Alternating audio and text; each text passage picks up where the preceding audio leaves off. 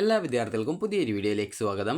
ഈ വർഷത്തെ KEAM 2026 engineering architecture കോഴ്സിലേക്കുള്ള സെക്കൻഡ് അലോട്ട്മെൻറ്റും ആർക്കിടെക്ചർ കോഴ്സിലേക്കുള്ള ഫസ്റ്റ് അലോട്ട്മെൻറ്റും ഇന്ന് പ്രസിദ്ധീകരിച്ചിട്ടുണ്ടായിരുന്നു.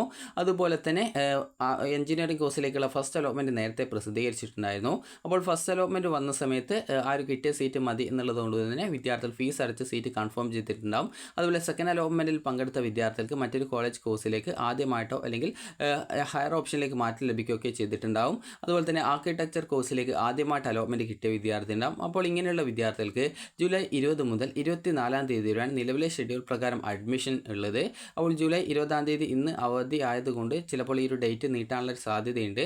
അപ്പോൾ അത് നീട്ടുകയാണെങ്കിൽ നിങ്ങളെ അറിയിക്കുന്നതായിരിക്കും. എന്നാൽ നിങ്ങൾക്ക് അഡ്മിഷൻ ടൈമിൽ എന്തൊക്കെ ഡോക്യുമെൻറ്റ്സ് വേണം എന്നുള്ളതാണ് ഈ ഒരു വീഡിയോയിൽ. അപ്പോൾ വിദ്യാർത്ഥികൾക്ക് പ്രധാനമായിട്ടും വിദ്യാർത്ഥികൾ ചോദിക്കുന്ന ഒരു കാര്യമാണ് ഫിസിക്കൽ ഫിറ്റ്നസ് സർട്ടിഫിക്കറ്റ് അത് എവിടെയാണ് കിട്ടുക എന്നൊക്കെ. അപ്പോൾ നിങ്ങൾ ശ്രദ്ധിക്കേണ്ടത് പ്രോസ്പെക്ടസിൽ 150 പേജിൽ, അതായത് പ്രോസ്പെക്ടസിൽ 150 പേജിൽ രണ്ടാമതായിട്ട് കൊടുത്തിട്ടുണ്ട്. അതായത് പ്രോസ്പെക്ടസിൽ 150 പേജിലാണ് നിങ്ങളുടെ അതായത് ഫിസിക്കൽ ഫിറ്റ്നസ് സർട്ടിഫിക്കറ്റ് എന്ന് പറഞ്ഞുകൊണ്ട് ആ ഒരു ഫോമാറ്റ് കൊടുത്തിട്ടുള്ളത്. അപ്പോൾ നിങ്ങൾക്ക് അതിൽ നിന്നും പ്രിൻ്റ് എടുത്തിട്ട് നിങ്ങൾക്കൊരു ഫിസിക്കൽ ഫിറ്റ്നസ് സർട്ടിഫിക്കറ്റ് ഉപയോഗിക്കാം. ഫിസിക്കൽ ഫിറ്റ്നസ് സർട്ടിഫിക്കറ്റ് കിട്ടാൻ പ്രത്യേകിച്ച് വലിയ കാര്യമൊന്നുമില്ല. നിങ്ങൾ ജസ്റ്റ് ഒന്ന് അതിൻ്റെ പ്രിൻ്റ് എടുത്ത് ഏതെങ്കിലും തൊട്ടടുത്തുള്ള ഏതെങ്കിലും ഹോസ്പിറ്റലിൽ പോവുക. ഹോസ്പിറ്റലിൽ പോയിട്ട് അവർക്ക് ആ ഒരു ഫോം കൊടുത്തു കഴിഞ്ഞാൽ അവർ അത് നിങ്ങളോട് അവർക്ക് ആ ഒരു ഫോം ഫില്ല് ചെയ്തിട്ട് നിങ്ങൾക്ക് തരും. അതിൽ നിങ്ങളുടെ ഹൈറ്റ്, വെയിറ്റ്, ചെസ്റ്റ്, വിഷൻ എന്നിങ്ങനെയുള്ള ഇത്രയും ഡീറ്റെയിൽസ് മാത്രമേ അതിൽ രേഖപ്പെടുത്തുള്ളൂ. അല്ലാതെ വേറെ പ്രത്യേകിച്ച് അതിൽ ഡീറ്റെയിൽസ് ഒന്നും രേഖപ്പെടുത്തുന്നില്ല. നിങ്ങളുടെ ഹൈറ്റ്, വെയിറ്റ്, അതുപോലെ തന്നെ ചെസ്റ്റ്, വിഷൻ ഇത്രയും കാര്യങ്ങളാണ് അതിലുള്ളത്. അപ്പോൾ ഞാൻ ജസ്റ്റ് നിങ്ങൾക്ക് ആ ഒരു ഫോം കാണിച്ചു തരാം. 150 പേജിലാണ് അതിൻ്റെ ആ ഒരു ലിങ്ക് ഉള്ളത്. അതുപോലെ തന്നെ ലിങ്കല്ല, ആ ഒരു ഫോം ഉള്ളത്. അപ്പോൾ ആ ഒരു 150 പേജിൽ നിന്ന് നിങ്ങൾക്കത് കൃത്യമായിട്ട് നിങ്ങൾക്ക് പ്രിൻ്റ് എടുത്ത് ഉപയോഗിക്കാവുന്നതാണ്. അപ്പോൾ ഇവിടെ നിങ്ങൾക്ക് കാണാൻ പറ്റും, ഇത് ആദ്യത്തെ ഈ ഒരു ഫോം എന്ന് പറയുന്നത്, അതായത് ഇത് ഫോറസ്ട്രി കോഴ്സിന് വേണ്ടിയിട്ടുള്ളതാണ്. അപ്പോൾ ഇതിൽ ഒരു പേജിൽ തന്നെ 2 ഫോം ഉണ്ട്. അപ്പോൾ അതിൽ രണ്ടാമത്തെ ഫോമാണ് നിങ്ങൾ ഉപയോഗിക്കേണ്ടത്. അപ്പോൾ രണ്ടാമത്തെ ഫോമിൽ ഇത് വളരെ സിമ്പിളാണ്. ഇവിടെ നിങ്ങളുടെ സിഗ്നേച്ചർ ഇടണം. അതുപോലെ ഇവിടെ ഡോക്ടറുടെ പേര്, നിങ്ങളുടെ പേര്, നിങ്ങളുടെ ഹൈറ്റ്, വെയിറ്റ്, ചെസ്റ്റ്, വിഷൻ, അതുപോലെ തന്നെ ഇവിടെ ഡോക്ടറുടെ സിഗ്നേച്ചർ, ഡോക്ടറുടെ പേര്, ഡോക്ടറുടെ രജിസ്റ്റർ നമ്പർ, ഡോക്ടറുടെ ഡെസിഗ്നേഷൻ, എന്താണ് ജോലി എന്നുള്ളത്, അതുപോലെ തന്നെ ഡോക്ടർ തന്നെയാണ് ഇവിടെ പ്ലേസും ഡേറ്റൊക്കെ ഇടുന്നത്. അതിനുശേഷം ഇത് നിങ്ങൾക്ക് തരികയാണ് ചെയ്യുക. അതായത് ഈ സൈൻ ചെയ്ത് അതുപോലെ ഫില്ല് ചെയ്ത് നിങ്ങൾക്ക് തരികയാണ് ചെയ്യുക. ഇനി നമുക്ക് അഡ്മിഷനായിട്ട് വേണ്ട മറ്റ് ഡോക്യുമെൻറ്റുകൾ എന്തൊക്കെയാണെന്ന് നോക്കാം. അഡ്മിഷനായിട്ട് വേണ്ട ഡോക്യുമെൻറ്റ്സ് എന്ന് പറയുമ്പോൾ വിദ്യാർത്ഥികൾ ശ്രദ്ധിക്കേണ്ടത്, ഒന്ന് നിങ്ങളുടെ ഡേറ്റ് ഓഫ് ബർത്ത് തെളിയിക്കാൻ വേണ്ടി ഒന്നുകിൽ SSLC സർട്ടിഫിക്കറ്റോ അതല്ലെങ്കിൽ ബർത്ത് സർട്ടിഫിക്കറ്റ് ഉപയോഗിക്കാം. ഇനി അടുത്തത് നിങ്ങളുടെ TCയും സ്വഭാവ സർട്ടിഫിക്കറ്റാണ് വേണ്ടത്.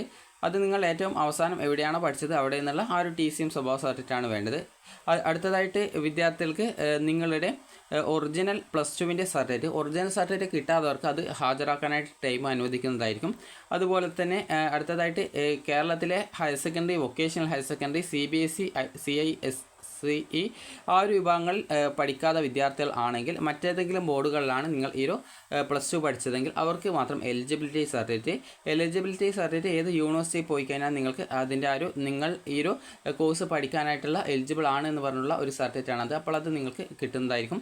അതുപോലെ തന്നെ വിദ്യാർത്ഥികൾക്ക് അടുത്തതായിട്ട് മൈഗ്രേഷൻ സർട്ടിഫിക്കറ്റ് ആണ്. മൈഗ്രേഷൻ സർട്ടിഫിക്കറ്റ് എന്ന് പറയുമ്പോൾ നിങ്ങൾ ഈ ഒരു കേരളത്തിലുള്ള higher secondary, vocational higher secondary അല്ലാതെ മറ്റേത് ബോർഡുകളിൽ പഠിച്ചവർക്കും മൈഗ്രേഷൻ സർട്ടിഫിക്കറ്റ് ആവശ്യമായിട്ട് വരും. അതുപോലെ കേരളത്തിന് പുറത്തുള്ള ബോർഡുകളിൽ പഠിച്ചവർക്കും ഈ ഒരു മൈഗ്രേഷൻ സർട്ടിഫിക്കറ്റ് വേണ്ടി വരും. അത് നിങ്ങൾക്ക് ഒന്നുകിൽ CBSE ഒക്കെ ആണെങ്കിൽ ഓൺലൈനായിട്ട് തന്നെ അത് ഡൗൺലോഡ് ചെയ്യാനായിട്ട്, അതായത് ഡിജി ലോക്കർ വഴിയൊക്കെ ഡൗൺലോഡ് ചെയ്തെടുക്കാൻ സാധിക്കും. അതുപോലെ തന്നെ മറ്റുള്ളവർക്ക് സാധാരണ +2 കഴിയുന്ന സമയത്ത് തന്നെ ഈ ഒരു മൈഗ്രേഷൻ സർട്ടിഫിക്കറ്റ് നൽകാറുണ്ട്. അതുപോലെ തന്നെ അടുത്തത് നേരത്തെ ആദ്യം പറഞ്ഞിട്ടുണ്ടായിരുന്ന ഫിസിക്കൽ ഫിറ്റ്നസ് സർട്ടിഫിക്കറ്റ് ആണ്. പിന്നീട് അടുത്തത് നിങ്ങൾ ഫീ പേയ്മെൻറ്റ് ചെയ്തതിൻ്റെ റെസിപ്റ്റ് ആണ്. അടുത്തത് നിങ്ങളുടെ ഡാറ്റ ഷീറ്റാണ്. അത് നിങ്ങളുടെ പ്രൊഫൈൽ പേജിൽ ഡാറ്റ ഷീറ്റ് എന്നുള്ള ലിങ്ക് ഉണ്ട്. അത് ക്ലിക്ക് ചെയ്ത് ഡാറ്റ ഷീറ്റ് ഡൗൺലോഡ് ചെയ്തെടുക്കാം. അതുപോലെ അടുത്തതായിട്ട് അഡ്മിറ്റ് കാർഡാണ്. അത് അഡ്മിറ്റ് കാർഡ് എന്ന് പറയുമ്പോൾ ഇതെല്ലാവർക്കും വേണ്ട. ഇത് നീറ്റ് പരീക്ഷ ചെയ്ത് മെഡിക്കൽ കോഴ്സിലേക്ക് അഡ്മിഷൻ നേടാൻ പോകുന്നവർക്ക് മാത്രമേ അതിൻ്റെ വേണ്ടൂ. എഞ്ചിനീയറിങ്ങിൻ്റെയോ ആർക്കിടെക്ചറിൻ്റെയോ ഇത് വേണ്ട. അടുത്തത് നിങ്ങളുടെ അലോട്ട്മെൻറ്റ് മെമ്മോയാണ്, അത് ആവശ്യമാണ്. അടുത്തത് any other document record in the allotment memo notification, അതായത് നിങ്ങളുടെ അലോട്ട്മെൻറ്റ് മെമ്മോയിൽ വേറെ എന്തെങ്കിലും ഡോക്യുമെൻറ്റ് നിങ്ങളോട് എടുത്തുകൊണ്ടുവരാൻ പറഞ്ഞിട്ടുണ്ടെങ്കിൽ, അതായത് അലോട്ട്മെൻറ്റ് മെമ്മോയിൽ വേറെ എന്തെങ്കിലും ഡോക്യുമെൻറ്റ് ഡീറ്റെയിൽസ് കൊടുത്തിട്ടുണ്ടെങ്കിൽ ആ ഒരു ഡോക്യുമെൻറ്റുകൾ അതുപോലെ തന്നെ ഒറിജിനൽ ഓൾ ഡോക്യുമെൻറ്റ്, അത് നിങ്ങൾ അപേക്ഷയിൽ എന്തൊക്കെ ഡോക്യുമെൻറ്റ് വേറെ അപ്ലോഡ് ചെയ്തിട്ടുണ്ടോ അതിൻ്റെയൊക്കെ ഒറിജിനൽ എടുക്കണം. അതുപോലെ തന്നെ ഫീ അല്ലെങ്കിൽ ബാലൻസ് വല്ലതും നിങ്ങളോട് അഡ്മിഷൻ ടൈമിൽ അടക്കാനായിട്ടുള്ളത് പറഞ്ഞിട്ടുണ്ട്. അതായത് നിങ്ങളുടെ അലോട്ട്മെൻറ്റ് മെമ്മോയിൽ പറഞ്ഞിട്ടുണ്ടെങ്കിൽ കോളേജിൽ, അതായത് അഡ്മിഷൻ നേടുന്ന സമയത്ത് അടക്കാനായിട്ട് ഇത്ര ഫീസ് എന്ന് പറഞ്ഞിട്ടുണ്ടാവും. അപ്പോൾ ആ ഒരു ഫീസ് നിങ്ങൾ അഡ്മിഷൻ ടൈമിൽ അടക്കണം. അതുപോലെ തന്നെ ഇത്രയാണ് നിങ്ങൾക്ക് ആവശ്യമായിട്ടുള്ളത്. അതുപോലെ നിങ്ങളുടെ പാസ്വേർഡോ മറ്റു കാര്യങ്ങളൊന്നും കോളേജിന് നൽകാൻ പാടില്ല എന്ന് കൃത്യമായിട്ട് ഇവിടെ സൂചിപ്പിച്ചിട്ടുണ്ട്. ആ ഒരു കാര്യം കൃത്യമായിട്ട് ശ്രദ്ധിക്കുക. അപ്പോൾ വിദ്യാർത്ഥികൾക്ക് ഈ ഒരു വീഡിയോ ഉപകാരപ്രദമായിട്ടുണ്ടെന്ന് കരുതുന്നു. അതുപോലെ തന്നെ നിങ്ങൾ അഡ്മിഷൻ നേടാതിരിക്കുകയാണ് എന്നുണ്ടെങ്കിൽ വിദ്യാർത്ഥികൾക്ക് നിങ്ങൾക്ക് ലഭിച്ച സീറ്റ് നഷ്ടപ്പെടും എന്നുള്ള കാര്യം കൃത്യമായിട്ട് ശ്രദ്ധിക്കുക. അതുപോലെ നിങ്ങളുടെ ആ ഒരു ഓപ്ഷൻ ലിസ്റ്റിൽ ബാക്കിയുള്ള ഓപ്ഷനുകൾ അടുത്ത അലോട്ട്മെൻറ്റിൽ പരിഗണിക്കില്ല എന്നുള്ളതുമാണ്. അപ്പോൾ നിങ്ങൾക്ക് തേർഡ് അലോട്ട്മെൻറ്റിൽ പുതിയ ഓപ്ഷൻ നൽകാനുള്ള സൗകര്യമുണ്ട്. അതുകൊണ്ട് തന്നെ പേടിക്കേണ്ട ആവശ്യമൊന്നുമില്ല. അപ്പോൾ വിദ്യാർത്ഥികൾക്ക് ഈ ഒരു വീഡിയോ ഉപകാരപ്രദമായിട്ടുണ്ടെങ്കിൽ ലൈക്ക് ചെയ്യുക, ഷെയർ ചെയ്യുക. Thank you for watching.